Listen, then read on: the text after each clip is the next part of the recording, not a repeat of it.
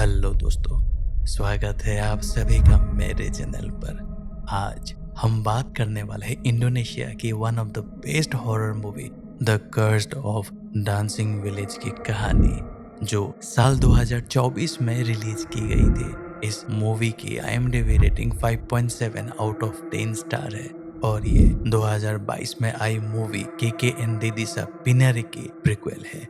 यानी ये मूवी हमें उस श्राप की शुरुआत को दिखाती है।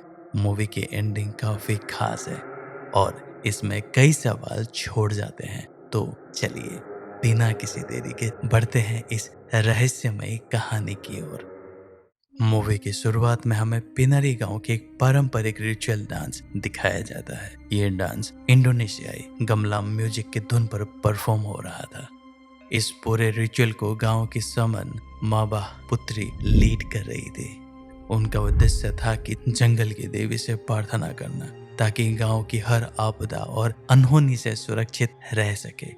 इस सेरेमनी में कुल 7 डांसर शामिल होती है, लेकिन परंपरा के अनुसार देवी की चूजन डिसाइपल केवल एक ही बन सकती है। आखिरकार देवी एक डांसर को चूज करती है और उसे प्रतीक के रूप में एक कंगन दिया जाता है जिसका नाम कावातुरी होता है। ये केवल एक ऑर्नामेंट नहीं बल्कि एक स्पिरिचुअल बॉन्ड और डिवाइन सिलेक्शन का प्रतीक है। लेकिन यहीं से कहानी एक बड़ा मोड़ लेती है। मावा पुत्री अचानक वही कंगन इंग्री को दे देती है और उसे गांव छोड़कर भाग जाने की सलाह देती है। अब साफ है कि उन्हें आने वाले खतरे का अंदाजा हो चुका है, लेकिन उस समय वो असली कारण नहीं बताती। गांव का एक ही व्यक्ति इंग्री की मदद करता है और उसे सुरक्षित बाहर निकाल देता है। लेकिन जैसे ही इंग्री पीछे मुड़कर देखती है, उसे ऐसा लगता है कि मानो कोई अनहोनी शक्ति उसका पीछा कर रही हो। यह संकेत साफ करता है कि यह निर्णय आसान नहीं था। ये व्यक्ति कौन था और इसका रिचुअल से क्या संबंध था, यह बात हमें मूवी की मिड सिलेक्शन में जाकर समझ आती है। इंग्री गांव को छोड़ते ही कहानी एक और महत्वपूर्ण सीन दिखाती है। जंगल की देवी खुद प्रकट होती है और अपना कंगन मांग करती है। उनकी उपस्थिति शांत है, लेकिन उनका स्वर स्पष्ट असंतुलन में दिखाई देता है। लेकिन तब तक काफी देर हो चुकी होती है। इंग्री गांव की दहलीज पार कर चुकी है। इसके बाद कहानी साल 1980 में शिफ्ट होती है। अब मूवी के मुख्य पात्र मीला को दिखाया जाता है। उसके साथ उसका बड़ा भाई यूडा और उसका दोस्त आर्या भी इस जर्नी का हिस्सा होते हैं। मीला के मन में अपने अतीत से जुड़े कुछ सवाल है। उसे लगता है कि उन सवालों का जवाब उसी रहस्यमय गांव से मिल सकते हैं। इसी वजह से वो जगह तलाश करने निकलती है। अब एक दूसरे गांव में उनकी मुलाकात जीतो से होती है, जो आर्या का दोस्त होता है और उसे उस इलाके के बारे में कुछ जानकारी रहता है। जीतो की मदद से वो लोग गांव तक पहुंचने की योजना बनाते हैं। मीला के पास 3 पुराने रेफरेंस आर्ट होती है। उन्हीं आर्ट के आधार पर उस जगह की पहचान डांसिंग विलेज के रूप में मानी जाती है। उन्हें ये बताया जाता है कि ये गांव सामान्य रास्तों से काफी दूर और लगभग अलग थलग इलाके में स्थित है। हालांकि गांव की ओर बढ़ने से पहले और एक महत्वपूर्ण संकेत मिलता है। बाजार के अंदर मीला को एक तरह की चेतावनी मिलती है। उसे साफ शब्दों में कहा जाता है कि उस गांव में ना जाए। ये संकेत साधारण नहीं थे, बल्कि ऐसा महसूस होता है कि जैसे कोई व्यक्ति पुराने रहस्य को जानते हुए उसे रोकना चाहता हो, लेकिन मीला इसे अपना भ्रम समझकर नजरअंदाज कर देती है। इसके बाद मूवी हमें रहस्यमय गांव की ओर ले जाती है। गांव के प्रवेश द्वार पर कुछ ऑफरिंग रखी हुई दिखाई देती है, मानो किसी के लिए अर्पित की गई हो। ये गांव इतना दूर और अलग थलग स्थित है कि एक मोड़ के बाद वाहन से आगे जाने का संभव नहीं रहता। वहां से आगे जाने का रास्ता केवल पैदल से तय करना पड़ता है। आखिरकार वो लोग उसी गांव तक पहुंच जाते हैं जिसकी पहचान मीला के पास मौजूद पुराने फोटो से की गई थी। जैसे ही मीला गांव के कोर एरिया में कदम रखती है, उसे अचानक गमलेन म्यूजिक की धुन सुनाई देती है। हैरानी की बात यह है कि वो धुन केवल मीला को ही सुनाई देती है। उसके साथ मौजूद अन्य लोग को कुछ भी सुनाई नहीं देता। सच कहा जाए तो ऐसे जगह पर केवल एक व्यक्ति को एक ही धुन सुनाई देना कोई शुभ संकेत नहीं माना जाता। गांव में प्रवेश करते ही उनकी मुलाकात सुंदरी नाम की एक लड़की से होती है। बातचीत के दौरान उन्हें पता चलता है कि हाल ही में गांव की सेमन का निधन हो गया है। मिला अपने सवालों के बारे में बताती है, लेकिन सुंदरी कहती है कि उन प्रश्नों का सही जवाब केवल बुयूत ही दे सकते हैं। लेकिन बुयूत इस समय गांव पर मौजूद नहीं है। वो किसी जरूरी काम से पास के गांव में गए हुए थे। गांव की स्थिति समझने के बाद मिला और उसके साथी वहीं रुकने का निर्णय लेते हैं। सुंदरी उनकी व्यवस्था करते हुए रात गुजारने के लिए पास के ही बनी एक गार्ड हाउस दे देती है। लेकिन वो घर चारों ओर से खुला होता है और काफी असुरक्षित महसूस होता है। इसी वजह से योडा गांव की ही एक लड़की रति से अनुरोध करता है कि वो मिला को एक रात के लिए अपने घर में ठहरने दे। उसका तर्क भी स्पष्ट है। किसी लड़की को पूरी रात खुले और सुनसान स्थान पर रुकना सुरक्षित नहीं माना जा सकता। रति उसकी बात समझती है और मीला को अपने घर ले जाती है। रति के घर पहुंचने के बाद बातचीत के दौरान एक बात सामने आती है। रति की माँ काफी समय से बीमार है। इसी दौरान मिला की नजर दीवार पर टंगी एक पुरानी तस्वीर पर पड़ती है। उस समय ये केवल एक साधारण फैमिली फोटो लगती है, लेकिन आगे चलकर यही तस्वीर कहानी के सबसे बड़े रहस्य में से एक को उजागर करने वाली है। उसी रात सब लोग अपने अपने घर पर सो रहे होते हैं। माहौल अचानक बदलने लगता है। देर रात कुछ गांव वाले चुपचाप कहीं जाते हुए दिखाई देते हैं, लेकिन इससे भी ज्यादा अजीब घटना उसके तुरंत बाद होती है। उन लोगों के बीच में से एक बूढ़ा व्यक्ति अलग होकर सीधे यूडा के गार्ड होम के पास आता है। वो कुछ करने ही वाला होता है कि अचानक पास रखा लैंप तेज जल उठता है। रोशनी फैलते ही वो वृद्ध अचानक गायब हो जाता है। इससे साफ हो जाता है कि वो कोई इंसान नहीं था। इसी दौरान रति के घर में सो रही मिला को आधी रात के समय एक आवाज सुनाई देती है। वो आवाज रति के माँ के कमरे की दिशा से आ रही होती है। जैसे ही वो कमरे के पास पहुंचती है, सामने का दृश्य चौंका देने वाला होता है। वहां एक डांसर खड़ी होती है। वही पारंपरिक वेशभूषा, वही स्थिर और गहरी दृष्टि।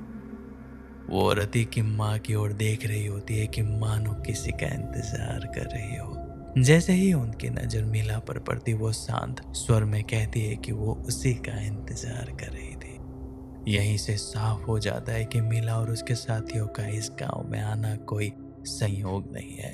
अगली सुबह रति के साथ बातचीत के दौरान हालात और स्पष्ट होने लगता है। पता चलता है कि रति की माँ जिस अजीब बीमारी से जूझ रही है, वही लक्षण मिला की माँ को भी दिखाई दे रही है।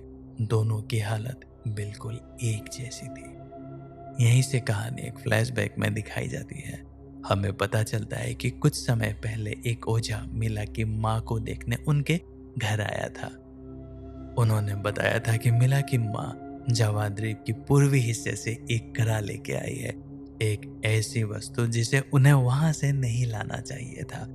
ओझा के अनुसार वो करा उनकी बीमारी का कारण है। उन्होंने साफ कहा था कि यदि ये करा उनके मालिक तक पहुंचा दिया जाए तो मिला की माँ ठीक हो सकती है। इसी दौरान ओझा अपने किसी विशेष शक्ति का प्रयोग करता है और कागज पर उस स्थान की एक तस्वीर बनाता है, वही स्थान जहां से वो करा जुड़ा हुआ है। लेकिन चित्र पूरा करते ही उनका व्यवहार बदल जाता है। वो अचानक घबरा जाते हैं, मानो किसी अदृश्य उपस्थिति का एहसास हो गया हो। वो बिना कुछ कहे वहां से तुरंत चले जाते हैं। अब उस चित्र को देखते ही रति तुरंत पहचान लेती है कि ये स्थान तपाल तिलास का है। वो बताती है कि गांव के लोगों को वहां जाना सख्त मना है। रति ये कहती है कि ये पूरी जानकारी केवल बुयूत ही दे सकते हैं। अब उसी सुबह युदा मीला से मिलने आता है। मीला उसे बताती है कि उसने रति को ओझा द्वारा बनाई गई तस्वीर दिखा दी है और अपनी माँ की बीमारी के बारे में भी सब कुछ बता दिया है। अब मीला को यह यकीन हो चुका था कि वो लोग सही गांव तक पहुंच चुके हैं। हालांकि मीला की आवाज में हल्की सी बेचैनी महसूस हो रही थी। वो युडा को पिछले रात की हुई अजीब घटना के बारे में बताना शुरू करती है। लेकिन पूरी बात वो कह पाती उससे पहले ही जीतो बीच में आ जाता है और युडा को नहाने की जगह चलने के लिए कह देता है। यहीं से ये बातचीत अधूरी रह जाती है। जब युडा नहाने की जगह के बारे में रति से पूछता है तो रति उन्हें उस जगह तक ले जाने का निर्णय करती है। नहाने का स्थान गांव से काफी दूर जंगल की दिशा में स्थित होता है। रति मिला को जिस जगह ले जाती है उसे डूटअप कहा जाता है। ये वही जगह है जहाँ सदियों पहले गांव की चुनी हुई डांसर नहाया करती थी। अब डूटअप देखते ही मिला के मन में वही नहाने का इच्छा जगती है, लेकिन रति उसे बताती है कि उस पवित्र जल में प्रवेश करने से पहले शरीर को सामान्य पानी से साफ करना जरूरी है। ये गांव की परंपरा का हिस्सा है। मिला पहले से बने बाथरूम की ओर जाती है, तभी उसे दूसरी दिशा से जहां रति खड़ी थी उसे एक धीमी रहस्यमयी धुन सुनाई देती है जो रति गुनगुना रही होती है। ठीक उसी समय रति मिला को बाहर खुले पानी में नहाने के लिए बुलाती है और वही धुन गुनगुनाने लगती है। अब मिला उस गाने का मीनिंग पूछती है। रति बताती है कि ये पुरानी कहानी पर आधारित है, एक ऐसे वादे की कहानी जिसे कुछ लोगों ने किया था लेकिन बाद में उसे तोड़ दिया। ये गीत मानो उस टूटे हुए वादे की याद दिलाती है, लेकिन अगले ही पल दृश्य बदल जाता है। मिला को महसूस होता है कि वहां रति नहीं खड़ी थी, उसकी जगह जंगल की देवी खुद उपस्थित थी। देवी शांत भाव से मिला को देखती है और अपने कंगन के बारे में पूछती है, उसे वापस करने की बात करती है। अचानक पानी का स्वरूप बदलने लगता है, सतह पर हलचल होने लगती है और कई सांप दिखाई देने लगते हैं। मिला को ऐसा महसूस होता है कि जैसे कोई अदृश्य शक्ति उसे नीचे की ओर खींच रही है। वह संतुलन खो देती है और पानी में डूबने लगती है, लेकिन ठीक उसी समय असली रति वहां पहुंचती है और मीला को बाहर खींचकर बचा लेती है। मीला अब समझ जाती है कि जो कुछ अभी उसने देखा वो केवल कल्पना नहीं थी। दूसरी ओर युडा, जीतो और आर्या भी अपने स्थान से भटक जाते हैं। रास्ता ढूंढते हुए अनजाने में एक पुराने कब्रिस्तान तक पहुंच जाते हैं। वहां का दृश्य असामान्य होता है। हर कब्र पर काले कपड़े की चादर लिपटी हुई दिखाई देती है। यह दृश्य देखकर तीनों घबरा जाते हैं और तुरंत वहां से वापस भागने लगते हैं। यह स्पष्ट संकेत है कि गांव के आसपास केवल परंपरा ही नहीं बल्कि कई गहरा आध्यात्मिक रहस्य भी छुपा हुआ है। कब्रिस्तान से निकलने के बाद वो लोग बुयूत के घर की तलाश करते हैं। वहां पहुंचने पर उनकी मुलाकात प्रभु से होती है। प्रभु बाहरी लोगों को देखकर सहज नहीं होता, उसका व्यवहार थोड़ा आक्रामक होता है। बातचीत के दौरान प्रभु बताता है कि बुयूत के पास एक विशेष शक्ति है, जरूरत पड़ने पर वो कुत्ते का रूप धारण कर सकता है। ये शक्ति गांव की रक्षा के लिए थी, ताकि किसी दुष्ट शक्ति से गांव को सुरक्षित रखा जा सके। लेकिन युदा और उसके साथी इस बात को गंभीरता से नहीं लेते। हालांकि बाद में यही अनदेखी और गहरी चेतावनी उनके लिए वरदान साबित होने वाली थी। उधर सभी लोग वापस रति के घर पर मिलते हैं। वो अपने अपने साथ हुए अजीब घटनाओं के बारे में बात करते हैं। हर किसी ने कुछ अलग अनुभव किया था। उसी रात मीला और रति को फिर से पारंपरिक गमलैन म्यूजिक की धुन सुनाई देती है।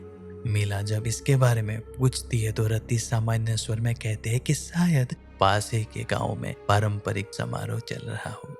जिज्ञासा और उस धुन के आकर्षण में दोनों उस दिशा में चल पड़ती है, लेकिन जिस ओर वो जा रही होती है वो वही फोर्बिडन एरिया होता है जहां गांव के लोगों का जाना मना था। उसी रहस्यमय धुन का पीछा करते हुए मीला और रति आखिरकार तापलतिलास के गुप्त समारोह तक पहुंच जाती है। वहां का माहौल काफी अलग होता है। उसी स्थान पर जंगल की देवी दिखाई देती है। वो सीधे मीला की ओर बढ़ती है और उसके हाथ से अपना कंगन वापस ले लेती है। जैसे ही कंगन उस देवी को लौटाया जाता है, एक चौंकाने वाली रहस्य सामने आती है। मीला के घर पे जो ओझा हमने देखा था और उस स्थान के बारे में बता रहा था, वो अपनी शक्तियों से काम नहीं कर रहा था, बल्कि वो देवी की ही माया जाल का प्रभाव में था। यानी वो अनजाने में ही देवी की योजना का हिस्सा बन चुका था। उनका काम केवल इतना था कि मीला को सही जगह तक पहुंचा दिया जाए ताकि कंगन वापस मिल सके। अब यह साफ हो जाता है कि पूरी यात्रा कोई संयोग नहीं था, बल्कि पहले से रची गई योजना का हिस्सा थी। कंगन वापस मिलने के बाद मिला और रति अपने अपनी माँ की बीमारी के बारे में पूछती है, लेकिन देवी सीधे उत्तर नहीं देती। उनकी चुप्पी काफी कुछ संकेत दे रही होती है, मानो वो कह रही हो कि सौदा अभी पूरा नहीं हुआ है। अब यहीं से कहानी और गंभीर हो जाती है। तपालतिलास की एक महत्वपूर्ण बात सामने आती है। वहाँ समय सामान्य गति से नहीं चलता। ऐसा मान के चले कि उस स्थान का 1 घंटा यानी बाहरी दुनिया का 1 दिन के बराबर होता है। इसका मतलब ये है कि जो भी वहाँ फंस जाए उसके लिए वास्तविक दुनिया में काफी अधिक समय बीत सकता है। दूसरी तरफ आर्या, योदा और जीतो मीला की तलाश में निकल पड़ते हैं। अब मीला को खोजते हुए सुबह से रात हो जाती है। अब इसी दौरान रात में नदी के किनारे उनकी मुलाकात कुछ अजनबी लोगों से होती है। उन लोगों को मीला के बारे में पूछते हैं। उनमें से एक व्यक्ति मीला के लिए दुआ करता है कि वो सुरक्षित मिल जाए। आर्या को वो समय कुछ अजीब महसूस होता है। वो ज्यादा बातचीत किए बिना योदा और जीतो को कहता है कि यहाँ रुकना ठीक नहीं है और सबको वहां से चलने के लिए कह देता है। तपालतिलास से वापस आने के बाद रति और एक बड़ा रहस्य बताती है। वो कहते हैं कि जंगल की देवी का नाम बदारा हुई है। सबसे चौंकाने वाली बात ये सामने आती है कि रति की माँ को ठीक करने के बदले उसने मीला को देवी के पास ले जाने का सौदा किया था। रति केवल अपनी माँ को बचाना चाहती थी, यानी ये सब संयोग का परिणाम नहीं बल्कि एक समझौते का हिस्सा था। उधर रति जब घर लौटती है तो देखती है कि उसकी माँ की हालत पहले से ज्यादा खराब हो चुकी होती है। ये देखकर मीला अंदर तक डर जाती है। उसे लग रहा था कि कंगन वापस करने के बाद सब ठीक हो जाना चाहिए था, लेकिन हालात इससे काफी उलट दिखाई देते हैं। चिंता में मीला रात में ही घर की ओर लौटने लगती है। अब रास्ते में ही उसकी मुलाकात आर्या, योदा और जीतो से हो जाती है। तभी अचानक तेज तूफान भी शुरू हो रहा होता है। मजबूरी में सभी लोग घर वापस लौट आते हैं। बाहर की उग्र मौसम जैसे उनके भीतर की बेचैनी को दर्शा रही होती है। घर पहुंचकर मीला स्वीकार करती है कि कंगन लौट आने के बाद भी उसके मन में एक अजीब सी घुटन बनी हुई है। बातचीत के दौरान अचानक कमरे में तीखी बदबू फैलने लगती है। सबका ध्यान उसी थैली की ओर जाता है जो नदी के किनारे मिले अजनबी लोगों ने दी थी। जब थैली खोली जाती है तो उसके अंदर एक मरा हुआ बंदर मिलता है जो पूरी तरह सड़ चुका होता है। लेकिन घटनाएं यही नहीं रुकती। उसी रात मीला अपने सपने में अपनी माँ से सही सलामत बात करते हुए दिखाई देती है। दूसरी ओर उसी समय रति की माँ यानी जियांती अचानक अजीब व्यवहार करने लगती है। अब बदारा वही पॉजेस्ट करते हुए एक विशेष रिचुअल करने की बात सबके सामने कहती है और ये कहा जाता है कि अगर ये रिचुअल पूरा नहीं हुआ तो गांव में भयानक हादसा होने लगेगा। ये कहते ही अचानक जियांती को तेज पीड़ा होने लगती है। ऐसा लग रहा था कि कोई अदृश्य शक्ति उसके शरीर को नुकसान पहुंचा रही हो। अब वो थोड़ी होश में आती है और मीला से कहती है कि वो यहाँ से चली जाए, लेकिन ये कहते ही जियांती अपने ही चेहरे और त्वचा को नोचने लगती है और यह दृश्य बेहद असहज और डरावना होता है। ठीक उसी समय बुयूत भी वहां पहुंच जाते हैं। मीला बुयूत से मिलते हुए अपने और अपने परिवार के साथ हुए घटनाओं के बारे में बात करती है और सारी बात सुनते हुए बुयूत बस चुप रहते हैं और यहीं से मूवी की सबसे महत्वपूर्ण रहस्य खुलता है। बुयूत के माध्यम से हमें पता चलता है कि मीला की नानी इस गांव की थी और वो गांव की ओझा मवाह पुत्री थी। कहानी फिर से वर्ष 1955 के फ्लैशबैक में लौटती है। उसी गांव दिशा पिनेरी में जहां इस पूरे श्राप की शुरुआत हुई थी। उस समय पुत्री के सामने एक कठिन निर्णय था। बदरावी के क्रोध से पूरे गांव को बचाने के लिए उन्हें एक उपाय सूझा, उन्हें धोखा देना। डांस अनुष्ठान के दौरान देवी ने जिस नर्तकी को नहीं चुना था उसे दूसरी लड़की संगीता को जानबूझकर रिचुअल में आगे कर दिया गया। ये एक सोचा समझा फैसला था। अब संगीता दरअसल जयंती की जुड़वा बहन थी, लेकिन रिचुअल के लिए जयंती की जगह संगीता को भेजा गया। योजना साफ थी, जब तक कंगन बद्रावी के पास नहीं पहुंचेगी तब तक उनका प्रकोप गांव पर नहीं पड़ेगा और लोग सुरक्षित रहेंगे। खैर, रिवाज पूरा होने के बाद कंगन मिल जाता है, लेकिन उसी समय इंग्री उसे लेकर गांव छोड़ देती है। मूवी की शुरुआत में जो दो लोग गांव की रक्षा करते हुए दिखाई देते हैं वो इंग्री और बुयूत ही थे। दोनों मिलकर कोशिश कर रहे थे कि कंगन बदारुई के हाथ ना लगे। ये वही अधूरा अनुष्ठान था जिसने वर्षों बाद फिर अपना प्रभाव दिखाना शुरू कर दिया था। सारी बातें जानने के बाद मिला और रति को अपने किए पर पछतावा होने लगता है। अब उन्हें समझ आ जाता है कि उनके आने से हालात और बिगड़ गए हैं, लेकिन तब तक काफी देर हो चुकी होती है। रति अपनी माँ को बचाने के लिए बुयूत से मदद मांगती है और ये बात सुनकर बुयूत 3 काले मुर्गी की बलि देकर एक महत्वपूर्ण रिचुअल शुरू करते हैं। ये अनुष्ठान जयंती को बचाने और बदरावई के प्रभाव को कम करने के लिए आवश्यक होता है। अब उसी रात पूर्व दिशा से दरवाजे पर दस्तक सुनाई देती है। युदा दरवाजा खोलने जाता है, लेकिन बुयूत उन्हें रोक देते हैं और खुद बाहर जाकर देखते हैं। बाहर कई आत्माएं इकट्ठा दिखाई देती है जो गांव के जानवरों को नुकसान पहुंचा रही होती है। लेकिन सुबह तक गांव के कई जानवर मारे जा चुके होते हैं और खेतों की फसलें नष्ट हो चुकी होती है और सब फसल सड़ चुके होते हैं। अब यह स्पष्ट हो जाता है कि बदरावी का प्रकोप पूरे गांव पर टूट पड़ा था। अब बदरावी के प्रकोप से बचने के लिए सिर्फ एक ही उपाय बचता है, उस अधूरे अनुष्ठान को दोबारा पूरा करना। आखिरकार वो समय आ जाता है जब नर्तकी चयन का रिचुअल शुरू होना होता है।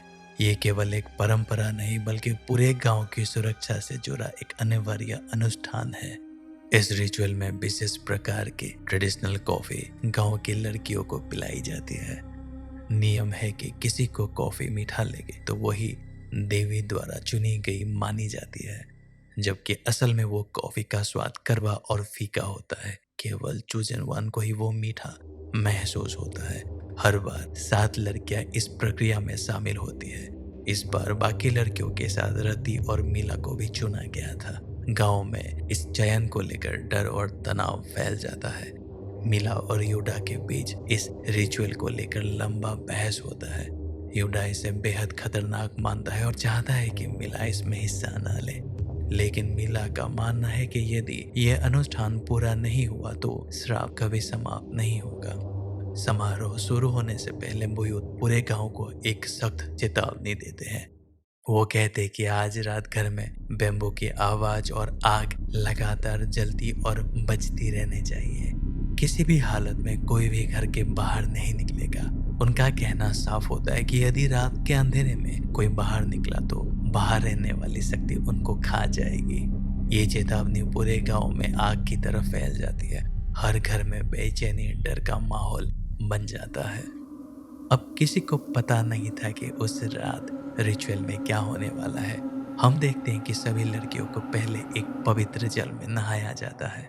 उसके बाद उन्हें तपाल तिलास की ओर ले जाया जाता है और वहां उनके माथे पर रिचुअल तिलक लगाया जाता है और एक विशेष प्रकार की पत्ती चबाने को दिया जाता है, जो उन्हें एक अलग आध्यात्मिक अवस्था में ले जाने के लिए इस्तेमाल किया जाता है। यहीं से रिचुअल के असली चरण शुरू होती है। जैसे ही अनुष्ठान शुरू होती है, वातावरण पूरी तरह बदल जाता है। वो धीरे धीरे तपाल तिलास के कोर एरिया में पहुंच जाते हैं। वहां केवल आत्माएं मौजूद होती है। इसी दौरान एक और सच्चाई सामने आती है। 7 लड़कियों में से जो चूजन वन होगी वो आने वाले कई वर्षों तक गांव की रक्षा करेगी। यानी ये चयन केवल बलिदान नहीं बल्कि एक संरक्षण बनने की भी जिम्मेदारी है। एक एक करके कई नर्तकियों को अस्वीकार कर दिया जाता है, लेकिन रति और मीला को लगातार डांस करने के लिए मजबूर किया जाता है। तभी बदरावई खुद प्रकट होती है। वो सीधे मीला की ओर देखती है और उसे अपने पास स्थायी नर्तकी के रूप में रहने का प्रस्ताव देती है। लेकिन मीला उनसे सिर्फ एक ही सवाल पूछती है, उनके माँ के बारे में। यही एक प्रश्न बदरावई को क्रोधित कर देती है और गुस्से में वो दोनों को फिर से डांस करने को मजबूर कर देती है। बाहर खड़े बुयूत और बाकी लोग ये सब देखकर असहाय हो जाते हैं। कुछ क्षणों के लिए ऐसा लगता है कि मीला अपनी दुनिया में वापस आ गई है, लेकिन ये सिर्फ भ्रम होता है। अब स्थिति पूरी तरह गंभीर हो चुकी थी। बुयूत और बाकी लोग आखिरी कोशिश करते हैं।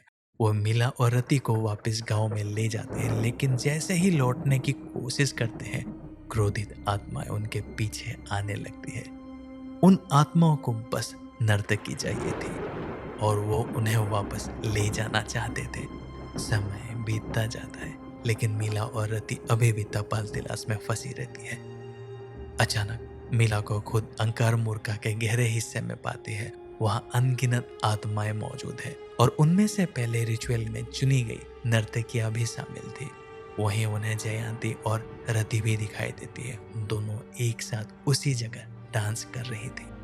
तभी बदरा हुई इंग्री को भी वहां ले आती है। अब सच्चाई पूरी तरह स्पष्ट हो जाती है। जिन लोगों को वह रहस्यमय बीमारी हुई थी, वो वास्तव में अंकार मूर्खा में श्रापित क्षेत्र से जुड़े हुए थे। उनकी आत्माएं वहीं बंधी हुई थी।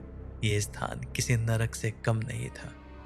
अपने माँ को वहां देखकर मीला को कुछ क्षणों के लिए सुकून मिलता है। उसी समय इंग्री मीला को चेतावनी देती है कि चाहे कुछ भी हो जाए, बदरावे की बातों में नहीं आना है। अगर उसने कोई भी प्रस्ताव स्वीकार किया तो उस चक्र को कभी खत्म नहीं किया जा सकता। इसके बाद अंकार मूर्खा के श्रापित क्षेत्र में बदरा हुई मीला के सामने अपना अंतिम प्रस्ताव रखती है और वो इंग्री को भयानक पीड़ा देती है और उनके हाथ पैर तोड़कर मीला को ये दिखाती है कि उनका विरोध करने का परिणाम क्या होता है। बदरा हुई कई बार उसे समझाने की कोशिश करती है। फिर वो मीला से कहती है कि वो यहीं रह जाए, लेकिन मीला नहीं मानती। वो अब समझ चुकी थी कि ये प्रस्ताव किसी सम्मान का नहीं बल्कि हमेशा के लिए बन जाने का है। दूसरी तरफ वास्तविक दुनिया में मीला और रति की हालत लगातार बिगड़ती जाती है। स्थिति की गंभीरता समझते हुए बुयुत वो अपने आध्यात्मिक शक्ति का उपयोग करते हुए अंकार मूर्खा में प्रवेश करते हैं और किसी तरह मीला को वहां से वापस खींच लाते हैं। लेकिन इस संघर्ष की एक कीमत होती है। बदरावई के क्रोध का परिणाम सामने आता है। रति और जयंती उसी शक्ति का शिकार हो जाते हैं और उनका जीवन समाप्त हो जाता है। ये केवल दो लोगों की मृत्यु नहीं थी, बल्कि वर्षों पहले किए गए अधूरे वचन का दुखद परिणति था। दूसरी ओर बुयुत को बदरावी का कंगन मिल जाता है। अब वो कंगन उनके प्रभाव से अलग हो चुका होता है। मीला किसी तरह अपने संसार में लौट आती है। वो अपने साथ एक दर्दनाक सच्चाई और अधूरे प्रश्न लेकर घर लौटती है।